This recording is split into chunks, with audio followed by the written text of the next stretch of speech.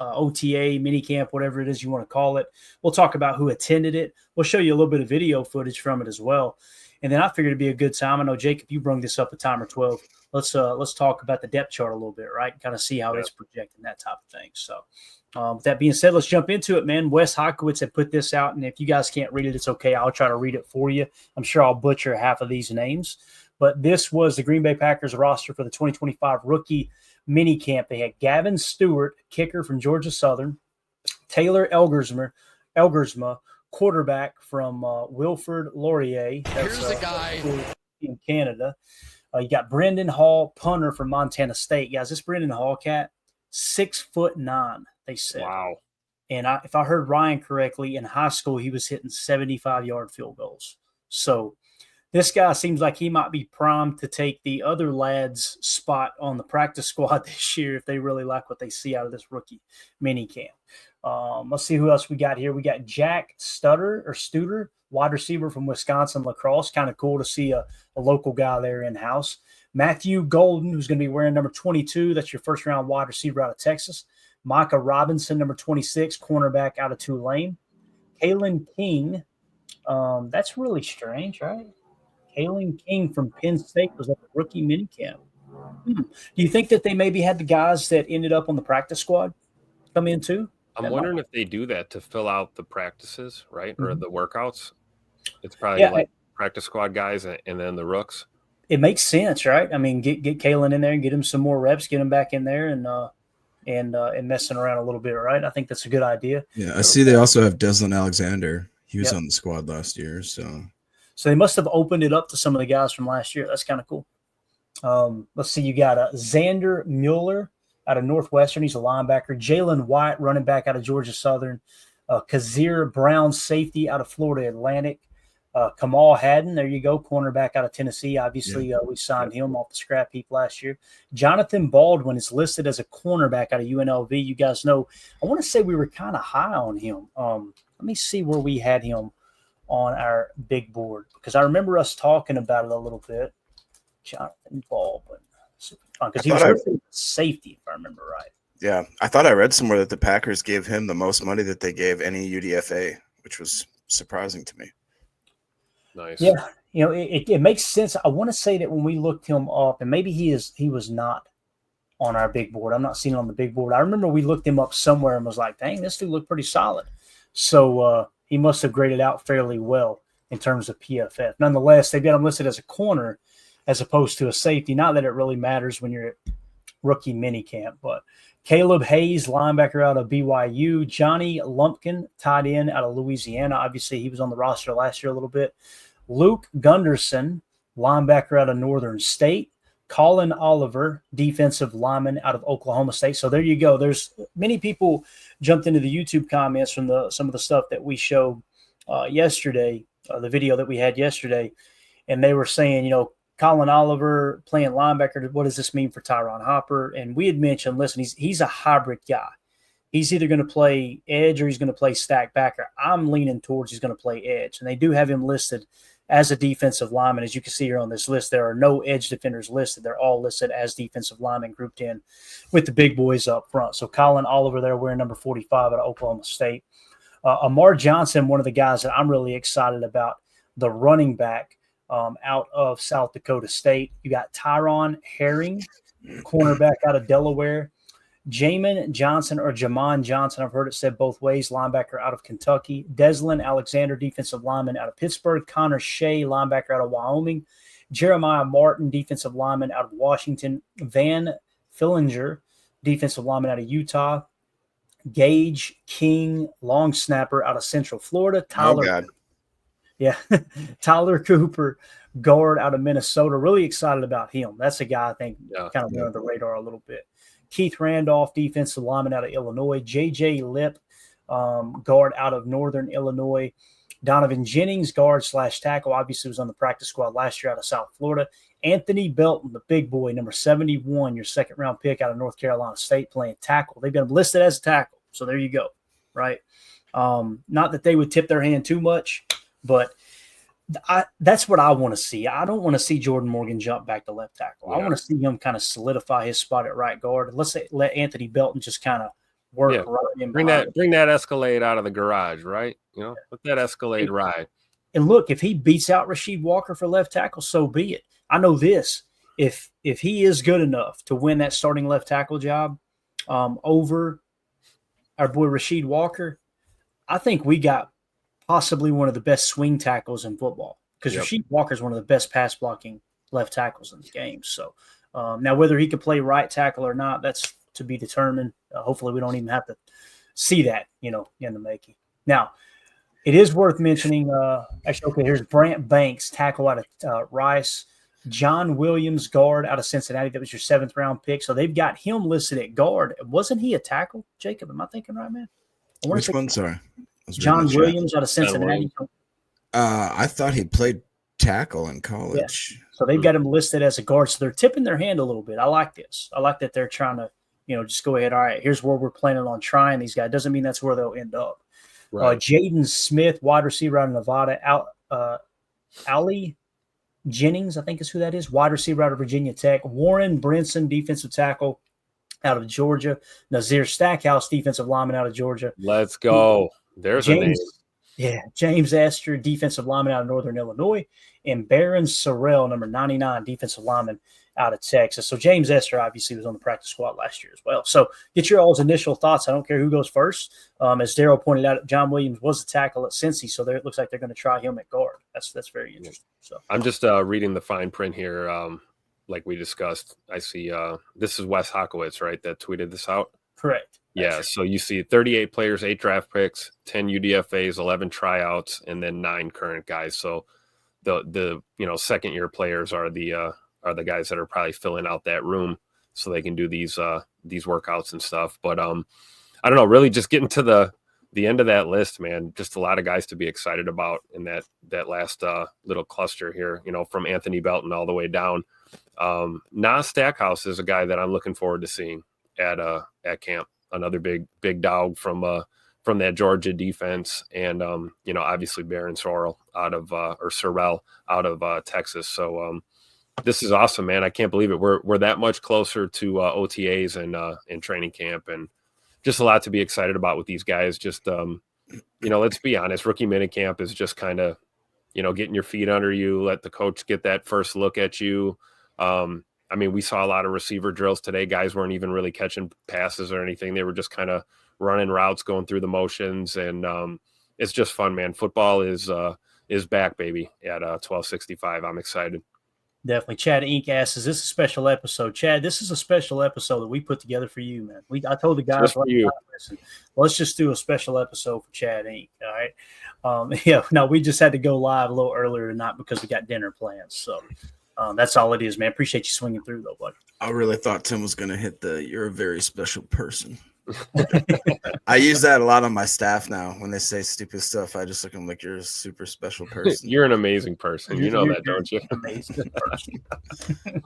Coach B, baby. Gotta love it. Always gold when Rich Bisaccia is at a microphone, for sure. As Holmes points out, every episode here on PTA is special. No doubt about it. So, all right. Jacob, anything you want to add to this initial list? And then we'll show a little bit of video footage and get some depth chart talk going, man. Yeah, you kind of mentioned him just briefly. Tyler Cooper, I think, might have been the steal of the UDFAs, and he graded out quite well, did a lot of good stuff at Minnesota, had some Big Ten competition, and I'm just interested to see how Kalen King and the Micah Robinson, how that's going to shape itself out, because if either one of those guys, or if both of them, by chance, if we got a couple dogs in that cornerback rooms, you know what I mean, that all of a sudden that DB room is looking like very, very talented, when at first we thought it could be a glaring need.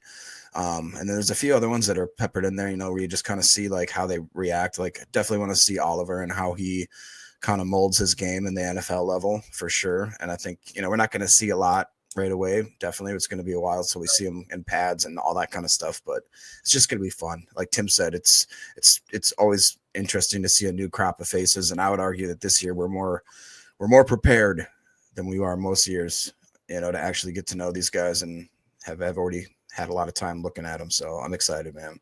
Yeah, for sure, man. All right, so just a couple clips that were tweeted out. This was from Wes Hodkowitz, man. He was an MVP today, let me tell you, just putting out multiple, I don't know, crops of footage here. This was Jason Vrabel working with Matthew Golden and Savion Williams. So hopefully there's no sound. There is not. So just to kind of see him out there working with, listen, they didn't do anything strenuous, but it was just cool to see them on the field today. There's, you see the double deuce. I'm all about it, man. I love that 22 on Matthew. I see people complaining about it. I just don't understand it, man. Can we not have anything nice, guys? Can we just please? Can I just say, like, this morning when I woke up and saw this hitting the X feed, I showed the missus. I said, look at these two rookie wide receivers, and she looked at Savion Williams and said, "Is that a tight end?" Exactly. I said, "No, baby, that's a wide receiver." She's like, "Oh, he does look big, man. That's looks crazy. like a beast among men, man, for sure." Yeah, there was one clip too where they were standing in the line stretching, and he was right next to, I think it was Baron Sorrell. Yeah. And it was like they look the same size. Now, obviously, Baron Sorrell got a lot more meat on the bone, but just them standing next to each other and from a distance, I was like, "Holy cow, man! He looks like a defensive lineman." That's awesome. So really, really cool, man. All right, so next shot here was actually looks like the wide receivers again, as Matt Schneidman had thrown a tweet out, and it says Matthew Golden running routes. Now, obviously, this is going to be half speed. There's going to be people, he doesn't look like it's 4.29. We're just out there kind of getting our feet up. Okay, that's all it is. But he does look, to me, he looks thicker than I expected. You know what I mean? A little bit more broad-shouldered. And that makes me feel, even better about the pick, because obviously as he's going across the middle, he's going to take some shots, and sometimes those tiny guys, and you get a little bit worried about. I'm not so worried about that with Matthew Golden, man. I'm really not. No. And there you see Savion lining up next. God, he's dang, dude. 22 does look good on Matthew Golden, though. I'm glad he went with that. Me too, man. Me too. The Golden Child. All right, up next, a little bit more. This was from Rob Domofsky. I believe this was receivers as well. And again, this is just to kind of take you guys inside the practice a little bit and let you see kind of what the guys look like in their unis and all that. But you see Golden here just working off the line. And then, of course, here's the big dog, Savion. Love to see it. Yeah. Again, this is what we talked about, right? Nothing crazy, right? Just working on, looks like getting off the snap there, maybe. Mm-hmm. Just kind of seeing him off the line, not really running a route, just getting your legs under you. Football's almost here. Yeah, absolutely. I was randomly thinking of something at work the other day because I was listening to one of Ryan's podcasts, and I know Ryan is totally he hates having the comparison to Cordarrelle and him because he doesn't want him to be like a gadget guy. But when I think about Matt LaFleur and just how creative he is with certain things, I just feel like he's going to have some crazy, in my head, I'm thinking of weird pony package, 22 personnel or something like that. You know what I mean? Where he could have Jacobs and Savion in the backfield and then have a couple blocky tight ends, or have Tucker and some, you know what I mean? The stuff you could do is absolutely insane. Yeah. Yep. Yeah. The thing about Savion, many people see him as just a gadget player. And I've been pretty vocal since draft night that when you look at how they utilized him at TCU, they didn't spend a whole lot of time molding him into a pro-style wide receiver. So anyone who looks at him think, oh, he's raw. Of course he's raw, When they had him playing Wildcat quarterback and I was pleasantly surprised when I turned on the tape and seen how many times he lined up at X, how many times he lined up at Z, and will go up and make contested catches. So I think there's a little more there. And obviously Brian Gutekunst and Matt LaFleur think there's more there as well. So, when you talk about how you can draw stuff up for him, Jacob, the first thing that came to mind for me was also the pony package, because he's not scared to block either, right? And I think of Chris Brooks, when we put him in that pony package last year, he would kind of be the lead blocker for Josh Jacobs. Mm-hmm. But, boy, all it takes is Josh Jacobs hammering a couple explosive runs in the first half of a game, and then you put Savion in that pony package with him, and they really start to key in on the misdirection aspect of that pony package and maybe leaning toward or twitching toward the direction in which Josh Jacobs goes. Next thing you know, you got Savion cutting across the green. I think that would be the role I would work him into the soonest. And what that does is it really frees up Jaden Reed to not have to do that orbit motion in the backfield and all that. So you can kind of let him and Matthew Golden lead the way as Z and that F receiver.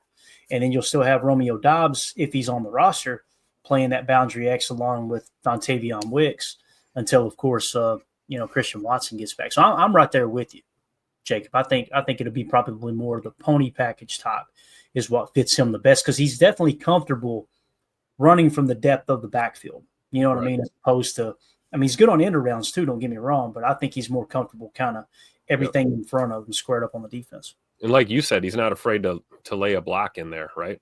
Like I look forward to that, right? Throw a block real quick and then release for that leak and, get yak yards, those kind of things. I think you're right. I think, coming into Green Bay, he's not going to be looked at as a gadget player. That may have been how he was used at TCU. But, coming into his own here as a Packer, he could probably solidify a really good role on this team. And sure, we may use him as a gadget in those situations. We know Matt likes to dial up the razzle dazzle once in a while. So maybe look to a guy like that. But I think on a regular basis, you're right. Putting him in that sidecar, that pony package, and having him work out of the backfield is a net positive for sure for his game. Yeah, and here you see Taylor Elgersma from Canada, right? This is a guy that if you guys are on the Patreon group, if you're not, scan the QR code in the upper right or go to patreon.com/PackerFan Total Access. We got an article in there on him. Just use the search bar and search for Taylor Elgersma, or you can do top 30 visit quarterback. I've told this story multiple times now. When I went to write that up, I was not looking forward to it. I'm like, I'm wasting my time. They're not going to draft this dude. There's a chance they won't even sign him. Even if they do, how good could this guy possibly be? He was playing in Canada. He didn't make it to college football, right? Man, by the end of that article, I was like, holy cow, this dude was a dominant player. He won pretty much every award under the sun in Canada. And that fifth year, man, he was not just throwing the ball, but he had something ridiculous. It was like 18 rushing touchdowns or something crazy too. So he's just a very, big very boy too, man. Oh yeah, he's huge. He looks like a young Ben Roethlisberger or something. He's a big frame quarterback, man. Not a guy that you're probably worried about taking shots in the pocket. Guy probably stand in there and throw the ball. But I think it's really interesting just getting first kind of look at him. Certainly looks like an NFL quarterback. And you see Coach LaFleur working with him here, Jacob.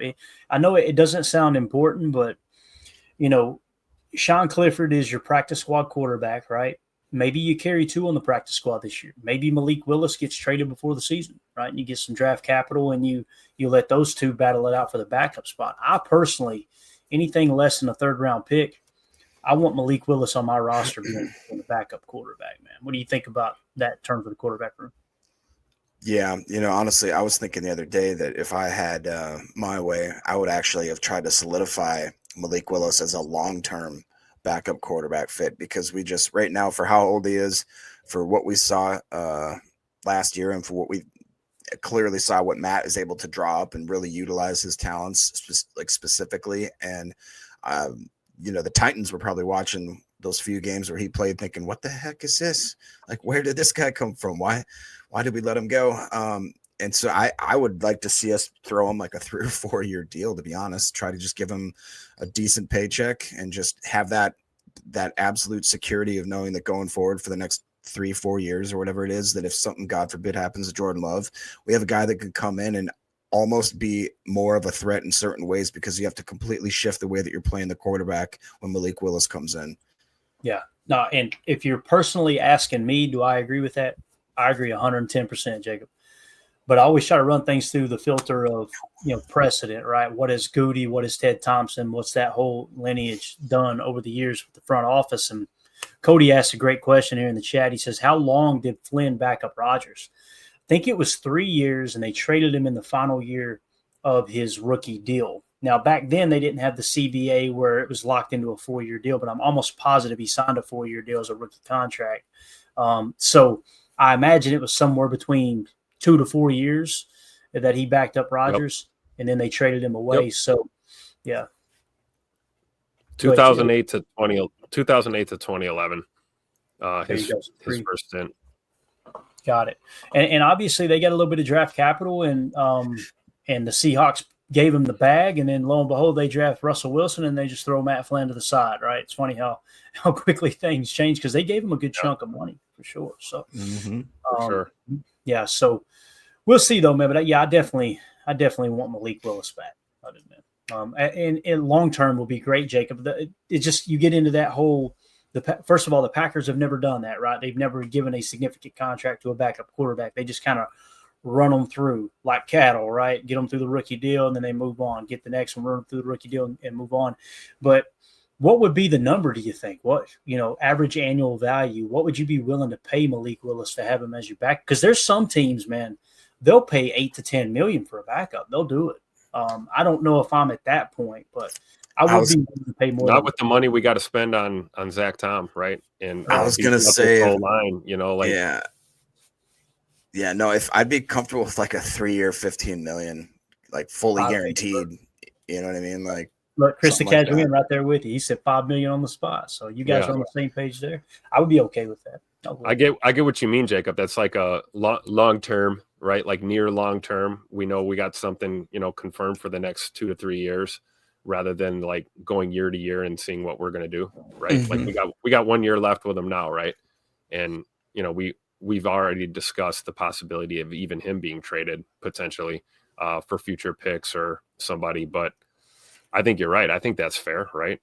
$5 million for a backup might be slightly rich, but not really if you're getting that long semi-long-term commitment, right? You're not paying $8 to $10 to $12 million a year for a backup, especially because it's not an unknown commodity. We've seen what happens when we give him the ball and the lights are on, and there's a lot of pressure. And just at one point, it was like playoff implications, and he absolutely shined. So I like it. Damn, this dude's thick. What's Flacco getting in Cleveland to be a backup? Probably. I love Joe Flacco. I mean, he's got to be north of 10 mil, right? Yeah, he's got to be, right. I don't know, man, because he was on the street last year, right? Didn't the Colts move on from him? I was going to say he started in Indy, and then Bates is saying Flacco's $4 million. Oh, really? Okay, well there you go. Can't beat that, right? Yeah. Well, I tell you, not bad for a guy with a Super Bowl ring, right? Exactly. When you go to Malik Willis, if you were to go to him and use that, say, as a comp and say, hey, look, here's what all the other backup quarterbacks are getting paid. I hate to be the bearer of bad news, but they're going to throw that out the damn window. His agent's going to go, no, we want to hit free agency. Because there would be someone paid more than that, But you never know. We talked about Willis wanting to possibly be a starter, right? Possibly being a guy that could be a potential starter depending on where he ends up. So maybe taking backup money and, being a journeyman backup is not the route he wants to go. Yeah. So Bill Huber put this tweet out here. Here's some Amar Johnson. Now, if you guys don't know who Amar Johnson is, he played at South Dakota State. When the Packers signed him as a UDFA, Tucker Kraft put the tweet out. He was fired up about it, right? We had him in the 259 spot on our big board. But more importantly, when you get that low on our board, you really want to key in on the grade, because the grade is going to kind of show you where the value really is, because we got almost 600 prospects on our board, right? So his grade was 190.3. So that would suggest he was worthy of somewhere around the 200th pick, give or take, 10 or 12 spots. So the fact that they got him as a UDFA, really excited about. And as you pointed out, Jacob, this is the quad father 2.0 here, isn't it, man? My man got some thickness on him for sure, dude. And he did some amazing things at South Dakota State. He was the 51st highest graded running back in all of college football last year. And, some would hear that and think, okay, that's not that good. Guys, we're talking about out of like 300 or 400 schools, talking about all of college football. He ranked 51st. And it was definitely in the 80s, according to PFF. He also scored an 8+ on RAS. So, thick. The guy that I think he's going to give Chris Brooks a run for his money. What I would like to see happen, the fact that he went undrafted, you feel pretty confident that unless he blows up in the preseason and gets too many eyes on him, you could keep Chris Brooks on the active roster and store him on the practice squad, that type of thing. So that's Amar Johnson there, a little look at him. All right. So anything else you guys want to hit on in terms of the mini camp? Maybe anything you heard about the rookie mini camp before we dive into a little depth chart talk here? No, I haven't heard much of anything. Yeah, pretty much covers it, right? Right. Guys running around in their underwear. What do Typical. you what do you think about this comment here from Holmes? He says, "I thought they moved off too soon from Taysom Hill. Don't repeat the same mistake with Willis." I think that's a very fair point, Holmes. The only pushback I would give is with Taysom Hill, he's never played quarterback good with New Orleans. He's been serviceable, don't get me wrong, and he's been a weapon to just kind of throw on the backfield with certain packages. But I think his true value was on special teams and playing tight end, and he done that really good. So we were talking about gadget player before. That might be your guy right there. Taysom Hill is a gadget player for sure. Yeah. So when you compare Taysom Hill's situation to like Malik Willis, obviously Malik Willis is not going to line up out there in the Y. He ain't looking to crack back on a DN. But I understand what you're saying though. And Taysom Hill, they definitely did give up on him too early. Yeah. Because we could have utilized him for years to come. Now, the amount of money that the New Orleans Saints gave him was a little bit crazy.